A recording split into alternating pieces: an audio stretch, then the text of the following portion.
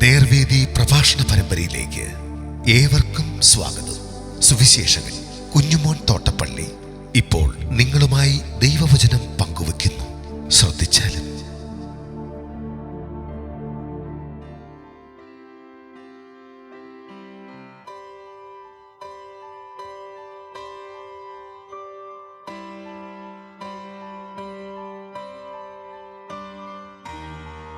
ദൈവനാമത്തിന് മഹത്വമുണ്ടാകട്ടെ. മത്തായി എഴുതിയ സുവിശേഷം 14-ാം അധ്യായത്തിൻ്റെ 22 മുതൽ 33 വരെയുള്ള വാക്യങ്ങൾ ഞാൻ വായിക്കുന്നത് ശ്രദ്ധിച്ചാലും. ഉടനെ യേശു താൻ പുരുഷാരത്തെ പറഞ്ഞയക്കുന്നതിനിടയിൽ ശിഷ്യന്മാർ പടകിൽ കയറി തനിക്ക് മുമ്പായി അക്കരയ്ക്ക് പോകുവാൻ അവരെ നിർബന്ധിച്ചു. അവൻ പുരുഷാരത്തെ പറഞ്ഞയച്ചിട്ട് പ്രാർത്ഥിപ്പാൻ തനിയെ മലയിൽ കയറിപ്പോയി. വൈകുന്നേരമായപ്പോൾ ഏകനായി അവിടെ ഇരുന്നു. പടകോ കരവിട്ട് പല നാഴിക ദൂരത്തായി. കാറ്റ് പ്രതികൂലമാകൊണ്ട് തിരകളാൽ വലഞ്ഞിരുന്നു. രാത്രിയിലെ 4-ാം യാമത്തിൽ അവൻ കടൽമേൽ നടന്ന് അവരുടെ അടുക്കൽ വന്നു. അവൻ കടൽമേൽ നടക്കുന്നത് കണ്ടിട്ട് ശിഷ്യന്മാർ ഭ്രമിച്ചു, അതൊരു ഭൂതം എന്ന് പറഞ്ഞു പേടിച്ച് നിലവിളിച്ചു. ഉടനെ യേശു അവരോട്, ധൈര്യപ്പെടുവീൻ, ഞാനാകുന്നു, പേടിക്കേണ്ട എന്ന് പറഞ്ഞു. അതിന് പത്രോസ്, കർത്താവേ, നീ ആകുന്നു എങ്കിൽ ഞാൻ വെള്ളത്തിന്മേൽ നിന്റെ അടുക്കൽ വരേണ്ടതിന് കൽപ്പിക്കണമെന്ന് പറഞ്ഞു. വരിക എന്ന് അവൻ പറഞ്ഞു. പത്രോസ് പടകിൽ നിന്ന് ഇറങ്ങി യേശുവിൻ്റെ അടുക്കൽ ചെല്ലുവാൻ വെള്ളത്തിന്മേൽ നടന്നു. എന്നാൽ അവൻ കാറ്റ് കണ്ട് പേടിച്ച് മുങ്ങിത്തുടങ്ങുകയാൽ, കർത്താവെ, എന്നെ രക്ഷിക്കണമേ എന്ന് നിലവിളിച്ചു. യേശു ഉടനെ കൈ നീട്ടി അവനെ പിടിച്ചു. അല്പവിശ്വാസിയെ, നീ എന്തിന് സംശയിച്ചു എന്ന് പറഞ്ഞു. അവർ പടകിൽ കയറിയപ്പോൾ കാറ്റ് അമർന്നു. പടകിലുള്ളവർ, നീ ദൈവപുത്രൻ, സത്യം എന്ന് പറഞ്ഞ് അവനെ നമസ്കരിച്ചു.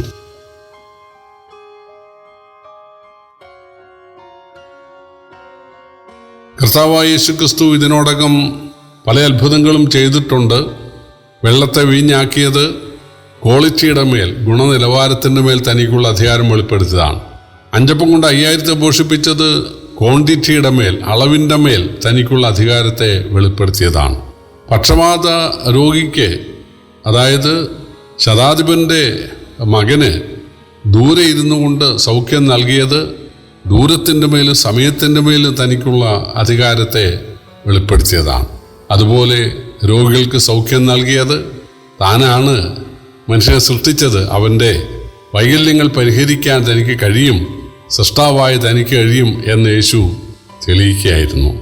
ഇവിടെ ഇതുവരെ ചെയ്തതിനേക്കാൾ വലിയൊരു അത്ഭുതം ചെയ്യുകയാണ്. അതായത് കരയിൽ എന്ന പോലെ കടലിൻ്റെ മീതെ നടക്കുകയാണ്. കാരണം കടലിനെയും കരയെയും സൃഷ്ടിച്ച ദൈവമാണ് കർത്താവായ യേശുക്രിസ്തു. പ്രിയപ്പെട്ടവരെ, കർത്താവായ യേശുക്രിസ്തുവിന് നിയന്ത്രിക്കാൻ കഴിയാതിരുന്ന ഒരു ശക്തിയുമില്ലായിരുന്നു. യേശുവിൻ്റെ വാക്കിൽ കാറ്റമർന്നു, കടലമർന്നു. അതുപോലെ രോഗികൾക്ക് സൗഖ്യമുണ്ടായി, മരിച്ചവർ ഉയർത്തെഴുന്നേറ്റു. വെള്ളത്തിൻ്റെ മേലും മരങ്ങളുടെ മേലും മൃഗങ്ങളുടെ മേലും മത്സ്യങ്ങളുടെ മേലും തനിക്ക് അധികാരമുണ്ട് എന്ന് യേശു തെളിയിക്കുകയായിരുന്നു. ഇതെല്ലാം യേശു ദൈവത്തിൻ്റെ മനുഷ്യാവതാരമാണെന്നുള്ളതിൻ്റെ വലിയ തെളിവായിരുന്നു. യേശു 5 അപ്പം കൊണ്ട് 5000 പോഷിപ്പിച്ച ശേഷം ശിഷ്യന്മാരോട് പറഞ്ഞു, നിങ്ങൾ അക്കരയ്ക്ക് പോവുക, ഞാൻ പിന്നാലെ വന്നുകൊള്ളാം. തീർച്ചയായിട്ടും ശിഷ്യന്മാർ യേശുവിനെ കൂടെ കൂട്ടേണ്ടതായിരുന്നു. എന്തുകൊണ്ടാണ് അവർ കൂട്ടാതിരുന്നത്? അവർ ഗലീലക്കടലിൽ ജനിച്ചവരാണ് എന്ന് വേണമെങ്കിൽ പറയാം. കാരണം അവർ മീൻപിടുത്തക്കാരാണ്. വളരെ ശിശുപ്രായം മുതൽ കടലുമായി പരിചയമുള്ളവരാണ്, പടകുമായി പരിചയമുള്ളവരാണ്. അതുകൊണ്ട് അവർക്ക് പടക് തുഴഞ്ഞ് അക്കരയ്ക്ക് പോവുക ബുദ്ധിമുട്ടുള്ള ഒരു കാര്യമല്ല. അതുകൊണ്ടാണ് ഞങ്ങൾ പൊയ്ക്കൊള്ളാം എന്ന് പറഞ്ഞ് അവർ പോകാനിടയായത്. പഴയ നിയമത്തിൽ ശൂന്യംകാരിക്ക് അവളുടെ കുഞ്ഞ് മരിച്ച സമയത്ത് അവൾ എലീശ പ്രവാചകനെ കാണാൻ പോയി. എലീശ പ്രവാചകൻ തൻ്റെ ദാസനായ ഗേഹസിയെ ഒരു വടിയുമായി പറഞ്ഞയച്ചു. ഈ വടി കൊണ്ട് ആ ശവത്തിൻ്റെ മുഖത്ത് വയ്ക്കുമ്പോൾ ആ കുഞ്ഞ് ഉയർത്തെഴുന്നേൽക്കും എന്നാണ് പറഞ്ഞത്. വടിയുമായിട്ട് ഗേഹസി ഓടി. പക്ഷേ ശൂന്യംകാരി പറഞ്ഞു, നീ എന്നോടുകൂടെ വരാതെ ഞാൻ പോവുകയില്ല. അങ്ങനെ ഈ സ്ത്രീ എലീശ പ്രവാചകനെ കൂട്ടിച്ചെന്ന സമയത്ത് ഗേഹസി വിഷണ്ണനായിട്ട് നാണം കെട്ട് നിൽക്കുകയാണ്. കാരണം അദ്ദേഹം വടി കൊണ്ട് വെച്ചു, കുഞ്ഞു ഉയർത്തെഴുന്നേറ്റില്ല. നമുക്കറിയാം അതിൻ്റെ കാരണം ഈ ഗേഹസി ഒരു ദ്രവ്യാഗ്രഹിയായിരുന്നു. എന്തായാലും എലീശ പ്രവാചകൻ ആ കുഞ്ഞിന് സൗഖ്യം നൽകി, അല്ലെങ്കിൽ ആ മരിച്ച കുഞ്ഞിനെ ഉയർപ്പിച്ചു. അതുപോലെ ഈ ശിഷ്യന്മാർ, കർത്താവെ നീ ഞങ്ങളോടുകൂടെ വരണം, ഞങ്ങൾക്ക് പരിചയമുള്ള കടലാണെങ്കിലും കർത്താവെ നീ വരണം, ഞങ്ങളുടെ പരിചയത്തിൽ ഞങ്ങൾ ആശ്രയിക്കുന്നില്ല. കാരണം ഇവർ മീൻ പിടിച്ചുകൊണ്ട് നടന്നത് പടകിൽ അങ്ങോട്ടും ഇങ്ങോട്ടും തലങ്ങും ബലങ്ങും ഒക്കെ നടന്നത് അവർ രക്ഷിക്കപ്പെടുന്നതിന് മുമ്പാണ്, അവർ യേശുവിന് ശിഷ്യരാകുന്നതിന് മുമ്പാണ്. എന്നാൽ ഇപ്പോൾ അവർക്ക് ഒരു വലിയ പ്രതിയോഗിയുണ്ട്. കാരണം അവർ യേശുവിൻ്റെ ശിഷ്യന്മാരല്ലെങ്കിൽ അപ്പോസ്തലന്മാരായിരിക്കുന്നു. അവർ ഭൂലോകത്തെ കീഴ്മേൽ മറിക്കാൻ പോവുകയാണ്.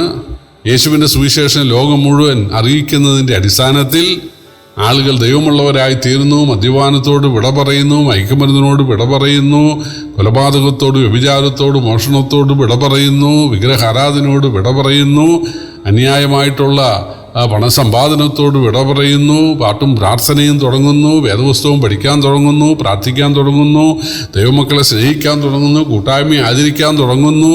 ലോകത്തിന് വ്യത്യാസം വരാൻ പോകുന്നു. ഇവിടെ വിദ്യാഭ്യാസ സ്ഥാപനങ്ങളും അനാഥശാലകളും ആതുരാലയങ്ങളും ഒക്കെ ഉണ്ടാകാൻ പോകുന്നു.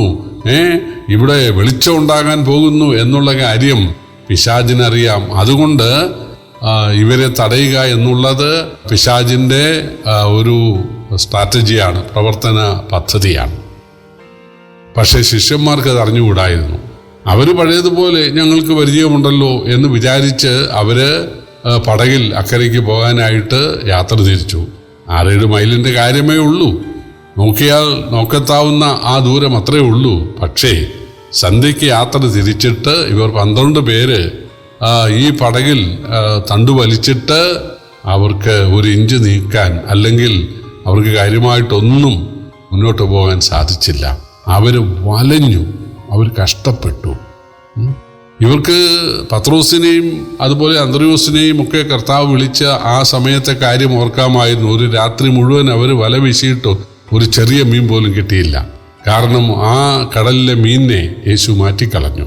യേശു വന്നിട്ട് ഒരു വാക്ക് കൽപ്പിച്ചപ്പോഴാണ് മത്സ്യങ്ങൾ വല നിറയെ പടകിൽ കയറിയത്, അല്ലെ വലയിൽ കയറിയത്. 2 പടക് മുങ്ങുമാറാകുവോളവും മത്സ്യമുണ്ടായിരുന്നു. അപ്പോൾ തീർച്ചയായിട്ടും യേശുക്രിസ്തു കടലിൻ്റെ അധിപനാണ്. അങ്ങനെയുള്ള ആ കർത്താവിനെ കൂട്ടിക്കൊണ്ട് വേണം പോകാൻ. കാരണം പിശാച് അവർക്കെതിരായിട്ടുണ്ട്. അവരെ തകർക്കുക എന്നുള്ളതാണ് പിശാചിൻ്റെ ലക്ഷ്യം. പ്രിയപ്പെട്ടവർ, ഈ കാലത്തും പിശാചിൻ്റെ ലക്ഷ്യം യേശുവിൻ്റെ ആളുകളെ തകർക്കുക എന്നുള്ളതാണ്. കാരണം അവരാണ് പിശാചിൻ്റെ അടിമത്തത്തിന് ആളുകളെ വിടുവിച്ച് ദൈവത്തിൻ്റെ ഹിതത്തിലേക്ക്, ദൈവത്തിൻ്റെ പദ്ധതിയിലേക്ക് ആളുകളെ കൊണ്ടുവരുന്നത് അവരാണ്. ദൈവത്തിൻ്റെ പദ്ധതി തകർക്കണം, അതാണ് പിശാചിൻ്റെ ലക്ഷ്യം. ദൈവത്തിൻ്റെ പദ്ധതി നടപ്പിലാക്കുന്ന ദൈവദാസന്മാരെ, അവരെ പിടിക്കുക എന്നുള്ളതാണ് പിശാചിൻ്റെ ഉദ്ദേശം. പ്രിയപ്പെട്ടവരെ, യേശുവിനെ രക്ഷിതാവായി സ്വീകരിക്കാത്ത ഒരാളെ സംബന്ധിച്ച് പിശാചിൻ്റെ ഉപദ്രവമൊന്നും അവനില്ല. കാരണം അവൻ പിശാചിൻ്റെ ആളാണ്. എന്നാൽ ഈ ലോകത്തിന് വ്യത്യാസം വരുത്താൻ, തൻ്റെ നല്ല കുടുംബജീവിതം, നല്ല സാമൂഹിക ജീവിതം, നല്ല ആത്മീയ ജീവിതം, നല്ല സഭാജീവിതം ഒക്കെ ഉണ്ടാക്കാൻ പോകുന്ന ക്രിസ്തു ശിഷ്യന്മാർക്കെതിരെയാണ് പിശാചിൻ്റെ ഉപദ്രവമുള്ളത്. പിശാചിൻ്റെ നോട്ടപ്പുള്ളികളാണ് അവർ. ഇതവർക്ക് ബോധം വേണം. യേശു പറഞ്ഞു, നിങ്ങൾ പരീക്ഷയിൽ അകപ്പെടാതിരിക്കാൻ നിങ്ങൾ പ്രാർത്ഥിക്കണം എന്ന് പറഞ്ഞു. പ്രിയപ്പെട്ടവർ, നമുക്കൊരു പ്രതിയോഗിയുണ്ട്. നമ്മളെ തകർക്കാൻ പിശാച് നടക്കുന്നുണ്ടെന്നുള്ളത് എല്ലാ വിശ്വാസിയും കരുതണം. നമ്മളെ പ്രയോജനപ്പെടുത്താതിരിക്കണം. അതാണ് പിശാചിൻ്റെ ലക്ഷ്യം. അങ്ങനെ ദൈവത്തിൻ്റെ പദ്ധതിയെ തകർക്കുക എന്നുള്ളതാണ് പിശാചിൻ്റെ ലക്ഷ്യം. അതുകൊണ്ട് ദൈവകൃപയിൽ നമ്മൾ ശരണപ്പെടണം, ദൈവത്തിൽ ആശ്രയിക്കണം. കർത്താവായ യേശു നമ്മോടുകൂടെ എപ്പോഴും ഉണ്ടായിരിക്കണം എന്ന് നാം ചിന്തിക്കണം. ഈ ശിഷ്യന്മാർ യേശുവെ, നിന്നെ കൂടാതെ ഞങ്ങൾ പോവുകയില്ല എന്ന് പറയണമായിരുന്നു. പക്ഷെ അവര് മുൻപരിചയത്തിൻ്റെ അടിസ്ഥാനത്തിൽ ഞങ്ങൾ പോകാം, ഞങ്ങളക്കരെ ഉണ്ടായിരിക്കാം എന്ന് പറഞ്ഞു. പക്ഷേ അവർക്ക് കാര്യമായിട്ടൊന്നും പോകാൻ സാധിച്ചില്ല. ഒരു രാത്രിയിലെ അധ്വാനം മുഴുവൻ മിച്ചം. 4-ാം യാമത്തിൽ യേശു താൻ പ്രാർത്ഥിക്കുകയായിരുന്നു. അതുവരെ കടൽമേൽ നടന്ന് വന്നു. ഇവർക്ക് തോന്നി ഭൂതമാണ് എന്ന്. യേശു പറഞ്ഞു, ഞാനാകുന്നു. അപ്പോൾ പത്രോസ് പറഞ്ഞു, കർത്താവേ, നീ ആണെങ്കിൽ നിന്നെപ്പോലെ എന്നെയും കടലിൽ നടക്കാൻ അനുവദിക്കുമോ? നിന്റെ അടുത്തേക്ക് നടന്നു വരാൻ എന്നെ ഇടയാക്കുമോ? വരിക. പത്രോസ് കുറെ നടന്നു. പടകിൽ നിന്ന് ഇറങ്ങി വെള്ളത്തിൽ പത്രോസ് കുറെ നടന്നു. പക്ഷേ തിരമാല ആർത്ത് വരുന്നത് കണ്ടപ്പോൾ പത്രോസ് പേടിച്ചുപോയി. പേടിച്ചപ്പോൾ പത്രോസ് മുങ്ങിത്തുടങ്ങി. യേശുവെ രക്ഷിക്കണമേ എന്ന് പറഞ്ഞു.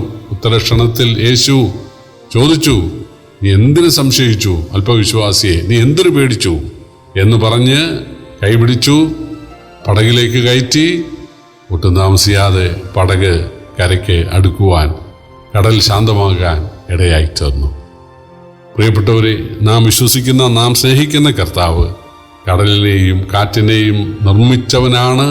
അതുകൊണ്ടാണ് കരയിലെന്ന പോലെ കടലിൽ കൂടെ നടക്കാൻ തനിക്ക് സാധിച്ചത്. ആ യേശുവിന് നമ്മെയും ഈ പ്രകൃതി നിയമങ്ങൾക്കൊക്കെ അതീതരായിട്ട് നമ്മളെ ഉപയോഗിക്കാൻ, പ്രയോജനപ്പെടുത്തുവാൻ കഴിയും എന്നൊരു പാഠം ഇതിൽ നിന്ന് പഠിക്കുവാൻ കർത്താവ് നമ്മെ സഹായിക്കട്ടെ. യേശുവിൻ്റെ ശിഷ്യന്മാർ പറഞ്ഞു, ഇത് ദൈവപുത്രനാണ്, ദൈവത്തിൻ്റെ മനുഷ്യാവതാരമാണ്. കർത്താവിനെ മനസ്സിലാക്കി, കർത്താവിനെ സ്നേഹിച്ച് അനുസരിച്ച് ആരാധിപ്പാൻ ദൈവം നമ്മളെയും സഹായിക്കട്ടെ. കർത്താവിൻ്റെ വിലയേറിയ നാമം വാഴ്ത്തപ്പെടുമാറാകട്ടെ.